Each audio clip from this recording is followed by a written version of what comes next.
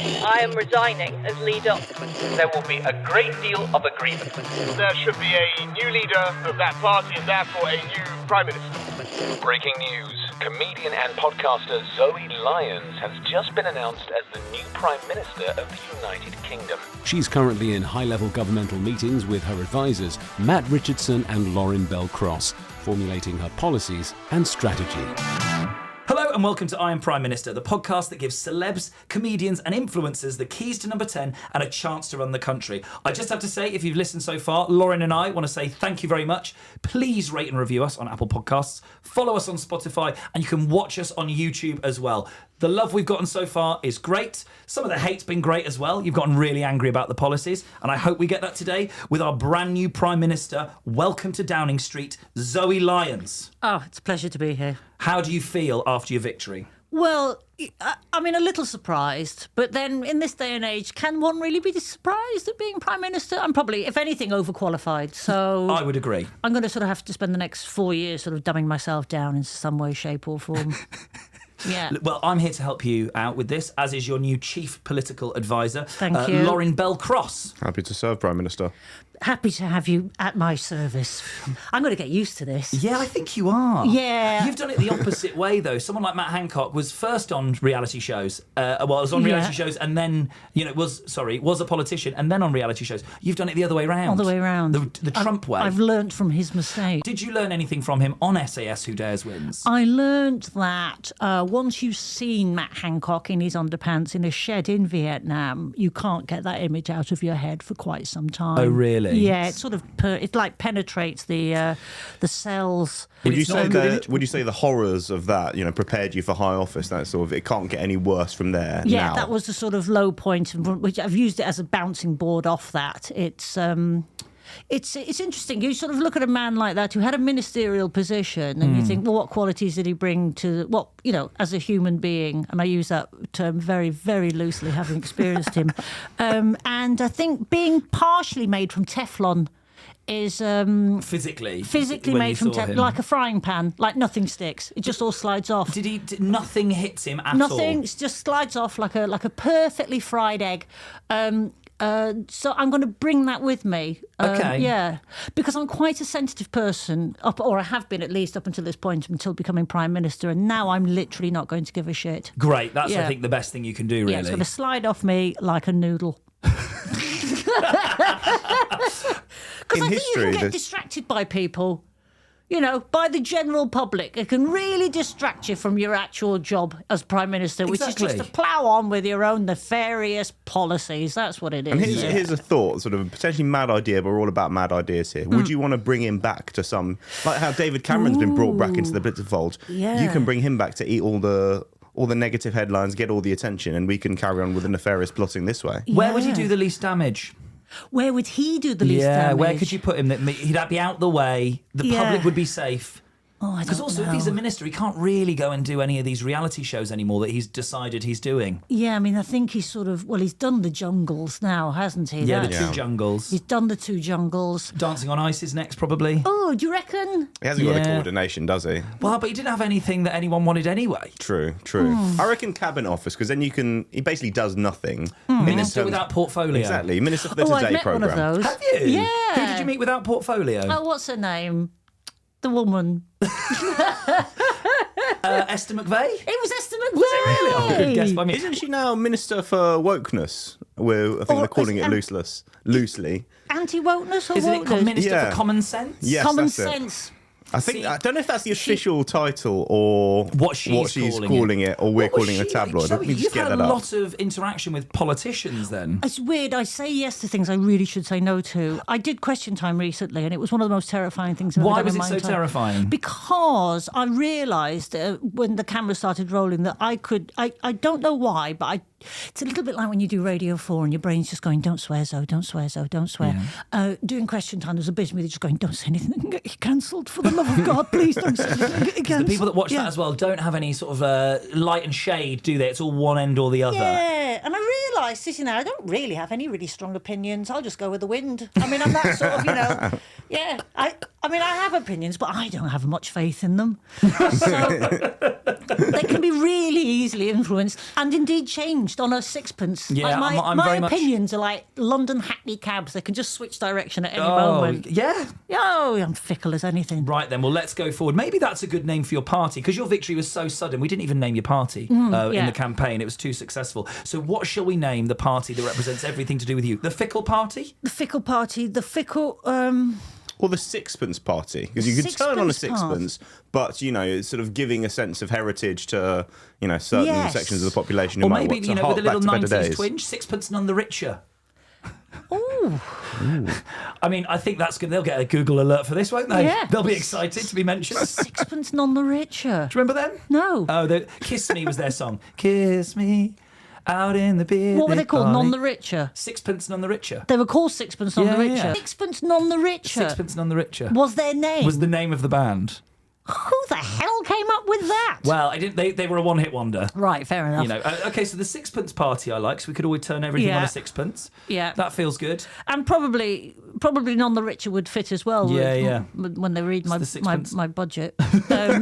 So, yeah. Sixpence None the Richer. It'll probably be Lovely. Sixpence None the Richer. Now that you are Prime Minister, you are in charge of everything. Lots of Prime Ministers like to invent departments, create them out of nowhere, get rid of departments. We want to start a new department with you. Yeah. What do you think is missing in current government that you can do? Right. I think we desperately need a department for play. A department for play? A play department. What kind of play are we talking here? Like child's play or No, adult play? proper adult play. What's adult play? What Well, would I you define? can't be the only adult that just secretly wishes I could go into a ball pit every now and again. Yeah. And I think, there's I think bringing back more playgrounds, More playgrounds. but with larger toy apparatus on them so that it can fit an average adult. Playgrounds for adults. Yeah, because, life is tough, and I think there's a huge sense of release one gets sitting in a springed unicorn thing. Do you remember? And they're just back and to like that in a park. I mean, you can meditate if you like, but I just think you'll get more out. We just need more fun in life. more fun. Because I guess, look, you like scuba diving. Would Yeah. that be a part of that, would you say? Sort of like, that's kind of playful, isn't It's it? not for everyone, that though. No. It's not for everyone. That brings its own anxieties. No, I think just more. I don't like sort of. What do you call them when the kids go? They're like soft play. Soft play. There's a soft play near me, and they have adults' evenings, and they serve booze. Do they? Yeah.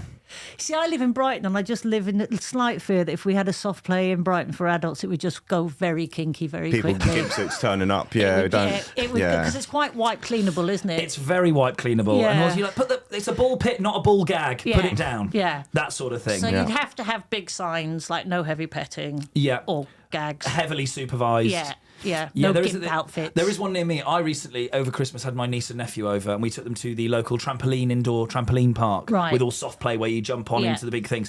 And they are amazing fun, but you're asking to be paraplegic, I think, with a lot of them, aren't you? They're quite dangerous. Yeah, they are quite dangerous. And you have to sign. Well, they make the children sign a waiver. Really? So you get there, and they go, "Have you read the waiver online?" And we went, "Yes." And I mean, the 4 and 7-year-olds, they went, "Have you read the waiver online?" And then they went, "Huh?" They didn't know what a waiver was. And then they said, "All you need to do, see that camera up there? You need to look in it." And they looked in it, and they went, "Okay, and that's your consent that you've read the waiver." Wow. Yeah.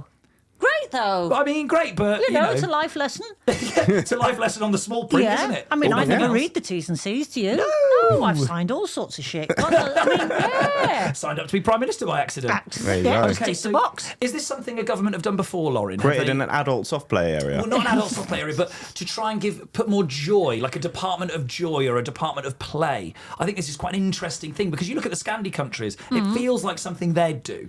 Yeah. They seem like happier people, despite the cold. Despite the cold, are they playing more? You don't go out with a Scandi. You're married to a Scandi No, she's lady. Dutch, they're not Dutch. Scandi. No, they're not, are they? No, they're They're not. quite happy. Are they, though? The Dutch, well, they've gone a bit off. Yeah. Yeah, a bit recently. Weird hair. Yeah, weird hair, right wing. Weird hair, right wing. What? Yeah.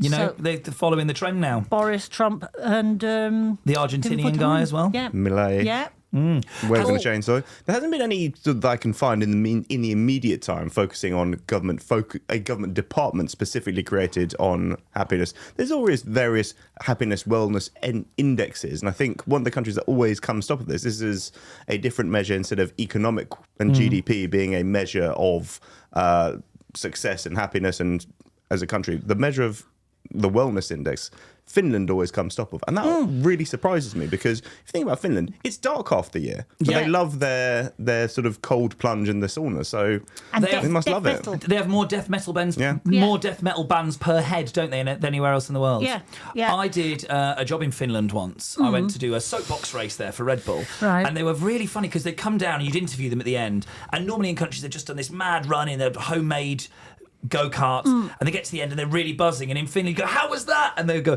it is the greatest thrill of my life. And you go, how are you feeling? They go, as you can tell, I am buzzing. Yeah.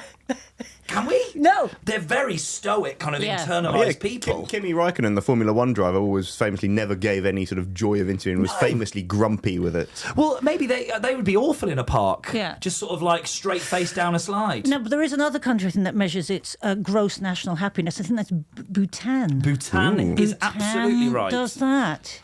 And I think they're happy because, well, I think they're outside a lot, They're outside a lot, and I think there is a dictatorship telling them to be. possibly. So maybe we need some dictatorship in your... This is quite common with all the comedians who Yeah. come on. Yeah. Sort of turns into a dictatorship by accident. Yeah, but like a happy dictatorship. Yeah, happy dictatorship. I'd have a big statue, but it'd be done by Banksy. Okay. Yeah, What with would the maybe statue be of? like maybe a Mickey Mouse head, and I don't know, giving the V's, and so sort of playful, More playful, so playgrounds for adults. Is there but any more... very, very big, like a sort of Uzbekistan size. Mickey Mouse? Yeah, like, you know, those sort of Are dictators. they in the that middles go- of the playground as well, these? And there's a playground around the statues? Well, I mean, you know, listen, if you're going to implement change, I'd say Nelson's columns probably had its day. Okay. And we could just replace that with a giant Banksy of me. A giant Banksy of you. Yeah. With a built-in slide. A bit like at the Oh, Stratford... you come flying out the a-hole. There you go. It's when it's you sort of bent over. Yeah, yeah.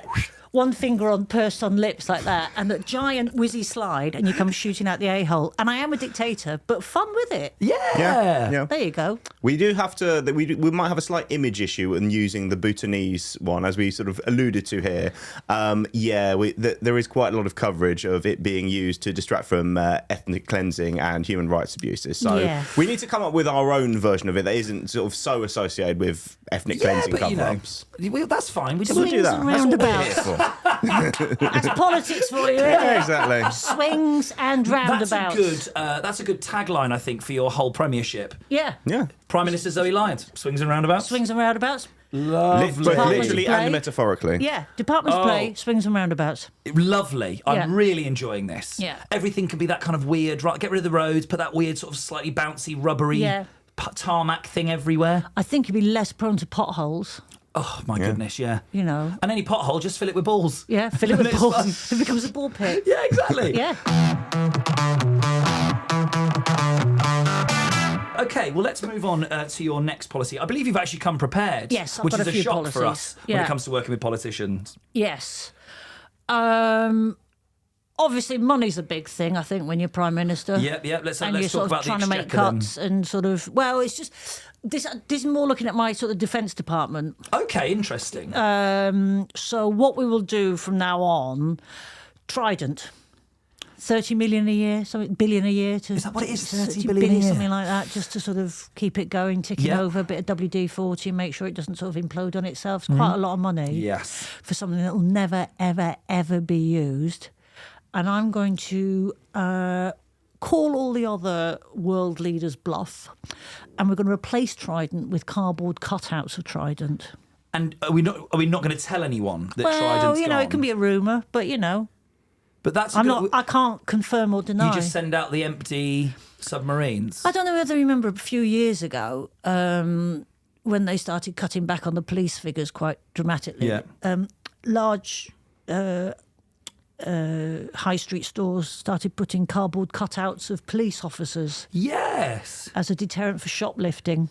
Yeah, And I this do is remember very that. much where I'm going with this. So from a satellite, it'll still look like we've got Trident, but is it real or is it cardboard cutout? And the 30 billion that we'll be saving annually, Yeah.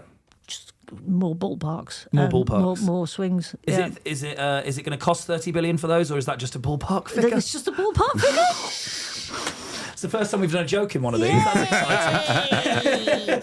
I like this because I do think there is a lot to be said. Like, has anyone ever gotten rid of all their nukes, Lorin? Yes, and there's a sad, unfortunate tale on this. One of the countries that did get rid of their nuclear weapons was, in fact, Ukraine. And the reason they gave for getting rid of their nuclear weapons was they'd have treaty protection from both Russia and the West, who sort of guaranteed their safety if they were to give it. Yeah. Okay. So Maybe definitely we have to worry. We should be very secretive about this. Well, then. the thing is, my feeling with any nuclear weapon is as soon as one person's used them, we've all lost, haven't we? Yeah. So why don't we just monk the money in the first place? Just have Yeah. a really good time with because it's that. going to happen, so we just need to put them aside. If anybody does it at any point, we're all toast. So Okay.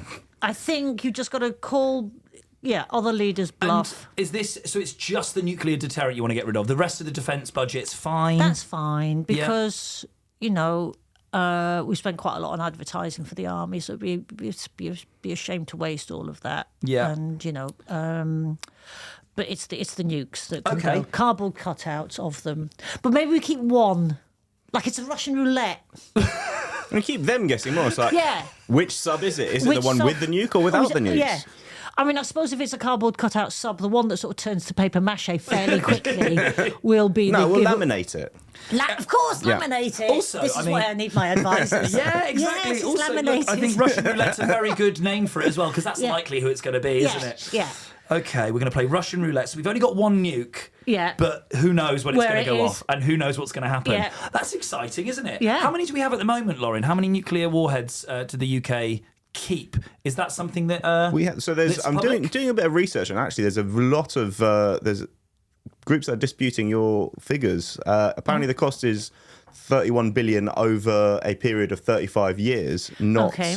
not in a single year. Okay, But- that's just under $1 billion a year. We could still use that for But ballpark. didn't we recently Ballparks. purchase some dreadnought submarines that were like 120 billion? Did we? Did I? Not sure. I don't know. I don't know. You're in charge of it. Do you want Yeah. some We can get submarines? more, We can less. get some. How Yeah. about this? You like scuba diving. Why don't we just send out a load of scuba divers with the nuke on their back and get rid of the submarines? Yeah. Oh, yeah. Yeah. Let's just forget the submarines. Yeah. Everyone has to get a paddy. I'd find a submarine quite claustrophobic anyway. Yes, Yeah. I think submarines are not something you want to be in. it's- Like if you're there months on end, No, it's the like in the it's bottom the- of the ocean, Exactly, it terrifies especially if me. it's been built by a cartel. They Yeah. look Yeah. terrifying. It's the one reason I haven't become an astronaut. Yeah. It's not the fear Really? of... Yeah. That's the one reason, is it, Zoe? It's in case I ever got trapped on an international space station with an absolute dick. Can you Okay, imagine? That's fair enough reason. Yeah, because there's so few. There's like 4 of you, Yeah. and one of them, statistically, one of them's going to be a prick, aren't they? I think probably, yeah. Yeah, and it's Can't really do 6 small months. talks within that 6 No. month period. This is a comedian who's been on a trip abroad with 3 comedians she doesn't like. That's what that is That there. is- And has Yeah. been stuck in a jungle with Matt Hancock. Yeah, so that's yeah. In fact, that will be on my coat of like Jean-Paul Sartre's "Hell is Other People" is very much. Is it really? Oh. Okay. Well, I mean, then if hell is other people, why don't we just use the nukes and leave one? So Well, we we get rid have- of as many other people as possible for you. It's up to you, really. We have 225 currently. Do we? Yeah. I mean, I feels would like say nuclear that's warheads. too much. I would say, because surely one is enough to do Yeah. the job you need it to do. We could keep maybe a bit more. I'm a bit of a pro nuke person, not gonna lie. Well, I mean, okay, interesting. Okay, but one is enough, surely. One big one. One massive one. One huge one. Yeah. Like, maybe combine several ones into one big We one. could store it in the internals of my massive Banksy statue. I mean, yeah, yes. yeah. Or surely each of the nukes, the rockets, could be you Yeah, as flying towards the them. head opens up, like very much like a Thunderbird thing. Now have it. It's the slide where people come out most days, and then suddenly there's if It's it's just- DEFCON 5 happens, it Yeah. bends over slightly further, opens up, nuke goes out. And that, See you later, Vlad. Also, I think there's something very patriotic of a nuke being fired from Trafalgar Square. Yeah. If That would really make a statement, wouldn't it? If Yeah. Trafalgar Square opened up, you come out and then a nuke comes out your head. Because are they currently stored in Scotland? Have I got that right? They're off in submarines in constant deployment, so we Yeah. don't know where they are. You see, Are they yeah. not in, because they're based in They're Barrow based- in Furness, aren't they? Have you been to Barrow? No. It looks like one of them's gone off. Okay. Yeah, it's pretty bad. Yeah. The first time I went to Barrow, got off the train, and there was a rat eating a dead pigeon. Oh. Yeah, Welcome to lovely. Barrow. Nice. Is Barrow? Is it like? Does it look like the little Winky hanging off the? It's like a Winky off the northwest, isn't it? You really don't know what Winky looks like, do you, It's Zoe? like a little. It's down a little peninsula, isn't it, Barrow? Yes, it is a little a peninsula makes it sound a lot better than it is. A wart. Yeah. Okay. Apologies to the listeners in Barrow. They don't have the internet. Oh, okay. It's horrendous enough. there. All Yeah, radio, yeah. probably. Yeah. Well, okay then. Well, I think this is a good place to start with your defence. Yeah. Very good. Strong defence policy. I think it's really good for a Yeah. Prime Minister. Yeah. Okay. Saved a lot of money. Saved a We've lot of still money. got one nuke. And save some lives as well, because maybe other people will use it as inspiration to get rid of their nukes. Yeah, I don't think that'll happen. But it's but you know, at least we've. It'd probably get me a Nobel Peace Prize as well. That's It the other probably thing. would, yeah. I Yeah. think it really would. Which is basically what I'm thinking about. Is it Be- really? Yeah. First Yeah. comedian to win a Peace Prize. Yeah. That's really what I'm going for. I will jeopardise the entire nation's security so that I get a Nobel Peace Prize. You get £1 million if you would have beat a It is Nobel £1 million, Prize. isn't it? Yeah. And apparently, because I asked a nuclear physicist this recently, because that's the sort of company I'm hanging out in. Yeah. You can spend it on whatever you want. I thought you had to spend that money on, like, if you want it for science, you had to pump it back into whatever science research No, it's a you were personal doing. prize. No, you can absolutely spend it on anything. Yeah. So you could win the prize and then for peace, and then buy more nukes with it. I could buy what with I could $1 buy million my own quid. How many nukes you security. get for £1 million? Not many, No. but yeah. All right, look, I like this. Lovely defence policy there. So we're going to keep one nuke, get rid of the rest, Yeah. spend the money on your new Department of Play. Yeah. Lovely. Let's move on to your next policy, please, Prime Minister. Right, well, in that vein, this might sound like a defence policy, but it's not. It's actually a work and pensions policy. Okay. I'm going to bring back national service, Okay. but not within the military, Okay. within hospitality and retail. Ooh. So everybody has to spend a year working in hospitality and like You pick retail. when you do your year, or is it when you're fresh out of uni or school? I think that's an interesting question, actually, and I think flexibility on this would probably be beneficial, but everybody's got to do it. Is this why? Because I think it'll make a kinder society. I totally agree. And I also think it'll improve customer service. Yeah. Yep. Because I've found it a little bit wanting of late.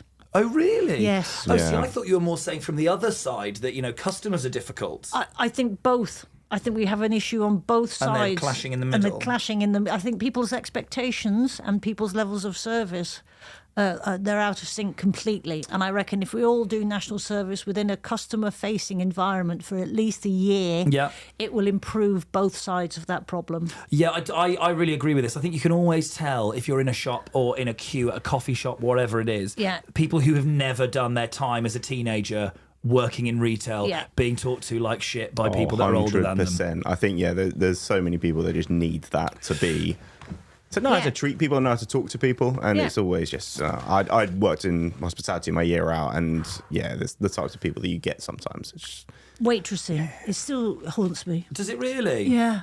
It's Yeah. because even now you're sort of in a hospitality job as a comedian. Your previous job as a comedian, I do Yes. think that there is some hospitality involved in that. Occasionally, yes. Yeah, because quite often people will come up and think they can give you feedback or complaints about other comedians who are on the bill, or Yeah. will message you with their moans about whatever. I had an argument with a woman recently because I run a little comedy club where I live, and she couldn't get tickets to see Ramesh Ranganathan at it. Right. And she messaged me going... Was he playing? Yeah, he was playing. Okay, right, yeah. fair He was enough. I just doing the wondered comedy what- club. yeah. And we'd sort of sold, we'd announced it and it sold out straight away because, he's incredibly famous. And she messaged me going, you need to really think about your business because it isn't working, because I couldn't get tickets to see Ramesh Ranganathan. Wow. And I replied back going, well, it's really working if you can't get tickets to see him. And she sent this. She was like, it's absolutely pathetic. Your level, the levels of levels of business acumen. She sent this massive message, and I sent a message back going, I'd just like to say that we aren't some this isn't like it's me and my girlfriend running this for fun in the village. We don't do it. We don't make any money. We're not some company trying to rip people off. Yeah. And I said, you cannot talk to people like this. And she went, I will never be attending your comedy club. And I went, please never come because you're the kind of humourless bitch I don't want anywhere near it. It sounds like she hasn't got the skills to acquire the tickets in the first place anyway. So. Well, she said that. She's like, the website didn't work. It wouldn't let me have them. I went, you left them in your basket for too long. You know, it's a basic thing. But then what she said is, she said to me, she went, I've screenshotted these messages and I will be reporting you. And I was like, to who? The local MP. Who do you report Exactly. that to? It's my company. It's my little business. With a turnover of £4,000 a year, like it's not a big thing. That's amazing. But she was so angry. But that level of entitlement is just bewildering, isn't it? It's become a real problem, though. But also the thought that, like, you know, this is going to be front page of the Oxford Mail or whatever. It's like, The Hayford Village News, I believe. I think is what I thought it would be. But that has become a real thing, and at theatres it's gotten really bad. People sort of being entitled and talking to people badly, you know, like ushers and things when they're told to be quiet. Yeah. Has something happened to you though to think that the customer service isn't good the other way? What, like receiving bad customer service? Is something happened to make you think about this? Really, right. Now, whenever I go into a well-known high street sandwich retail outlet, I always ask for a receipt.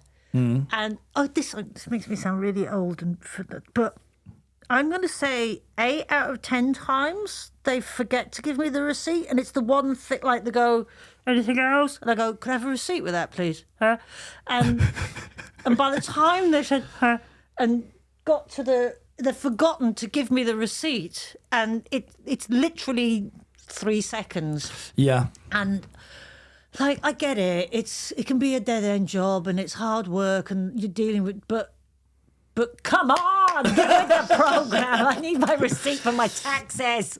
You've taken the job. Yeah. You know, I do think quite often there are people that act like they want to be anywhere else, and they go, "Well, you did. No one's forced you into working here." And I waitressed for so many years before I did stand-up, and I encountered some incredible people. There used to be a guy that came into our restaurant who was a well-known contemporary artist. Oh, really?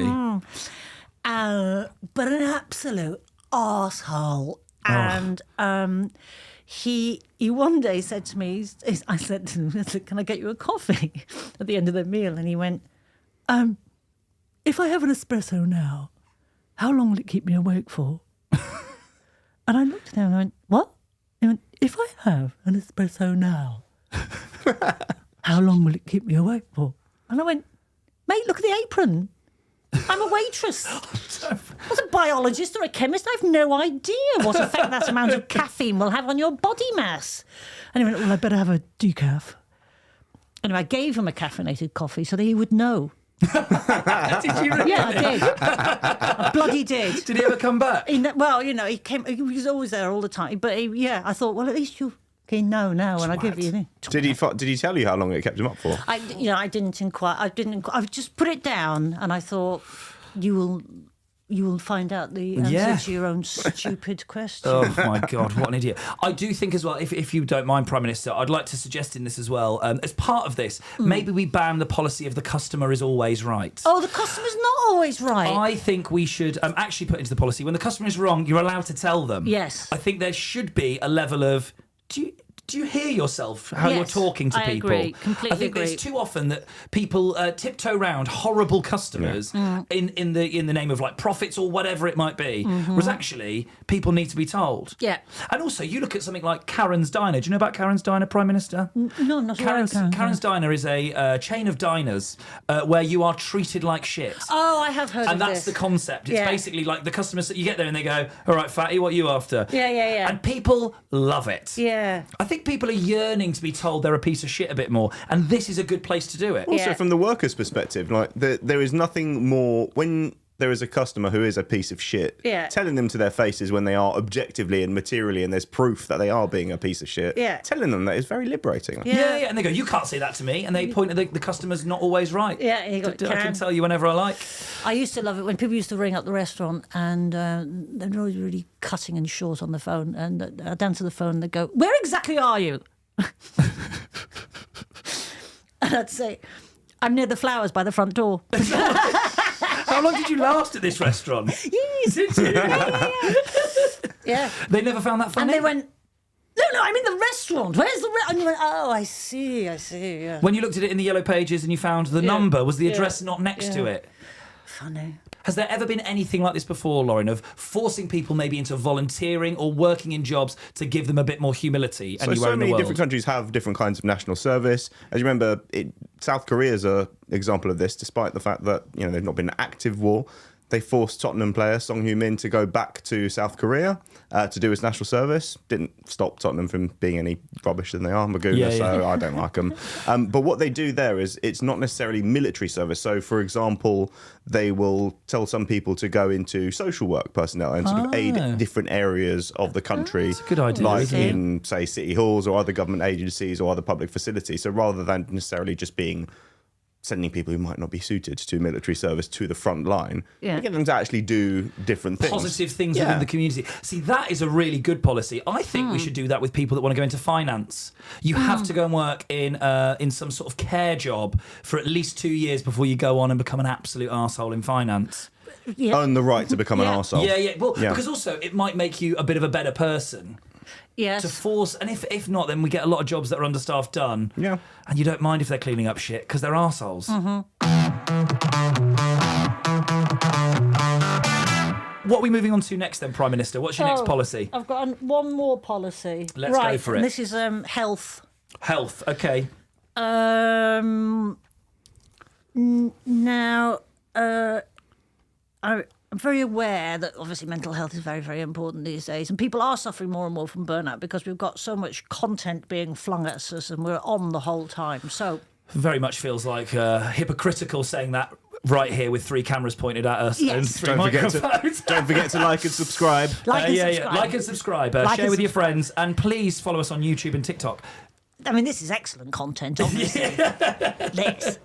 But we're always on, aren't we? We're always on. Yeah. So we're always on. So evidence that people are being burnt out from this. So as a health department policy, we'll be bringing in.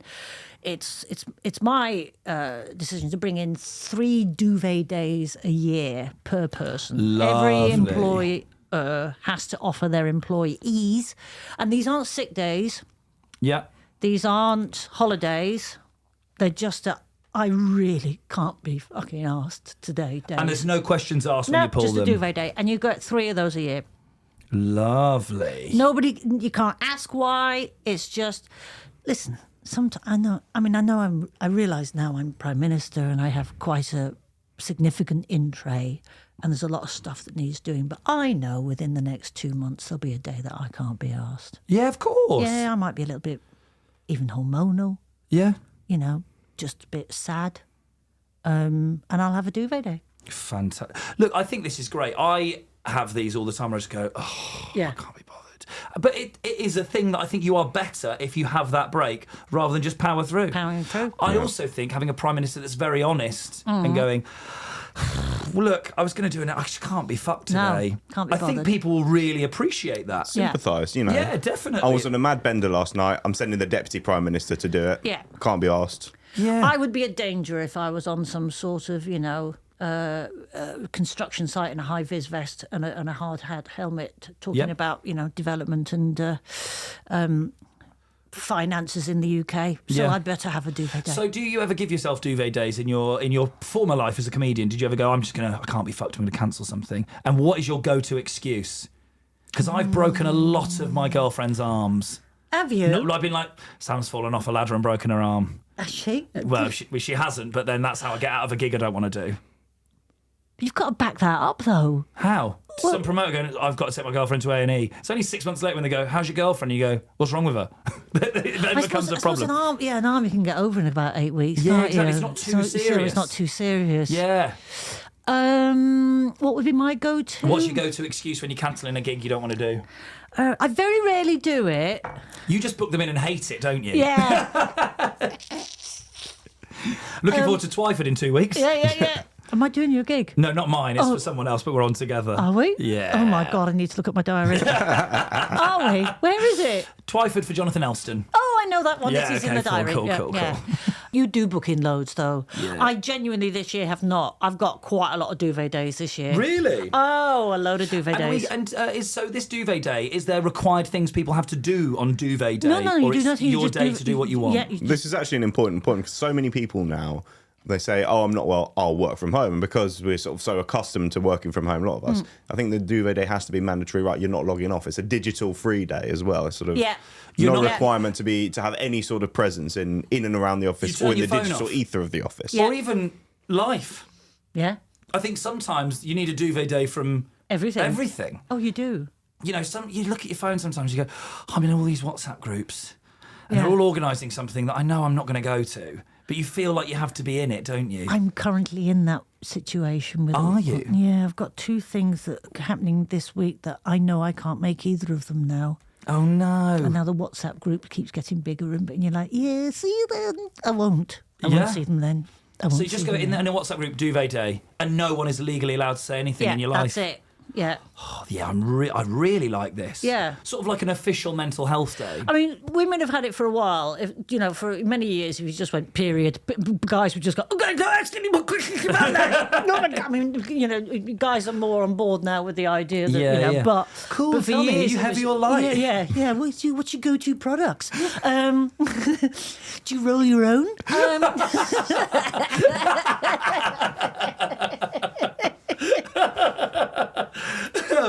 That was very good. So we've had that get out for a while. Yeah. We've used that for a long time. Yeah. But now guys are much more on board with the idea. So duvet days. So a duvet day is the next level. Because even I didn't realise in America actually, you have X amount of ill days, like sick days a year. So you can use them if you're not sick because they're like you get a week's holiday or whatever mad amount of holiday they get in America and 3 sick days. Oh, and you can just use You can just use them when you need to use them. Oh, so they do have like a duvet day? It's a duvet day, but then you're not allowed to be sick ever. Oh, okay. This is in addition, surely. This is no questions This is in asked. addition to sickness. You can't go, well, you've had your duvet day, so you've got to come in with whatever is wrong with you. Oh, Apparently, they both part-time and full-time employees earn 1 hour off for every 30 hours work and can use up to 40 hours a year. Which doesn't sound that great to do. Yeah, in America. In New York, yeah. Wow. 40 hours is a week, isn't it? Yeah. That's it. Which is not great. It's always amazed me that in the land of leisure, they have no leisure time. No. Apparently That's why they all retire and come here for like 8 weeks in one go. Yeah. Because they've never had a day, they've never had any holiday. Yeah. Do It's Europe. awful. Yeah, they come do Europe. We're Yeah, going they to do Europe. Yeah. We're doing an The afternoon whole in of Europe. Estonia. Yeah, we're going to do Venice for 2 hours and then Estonia.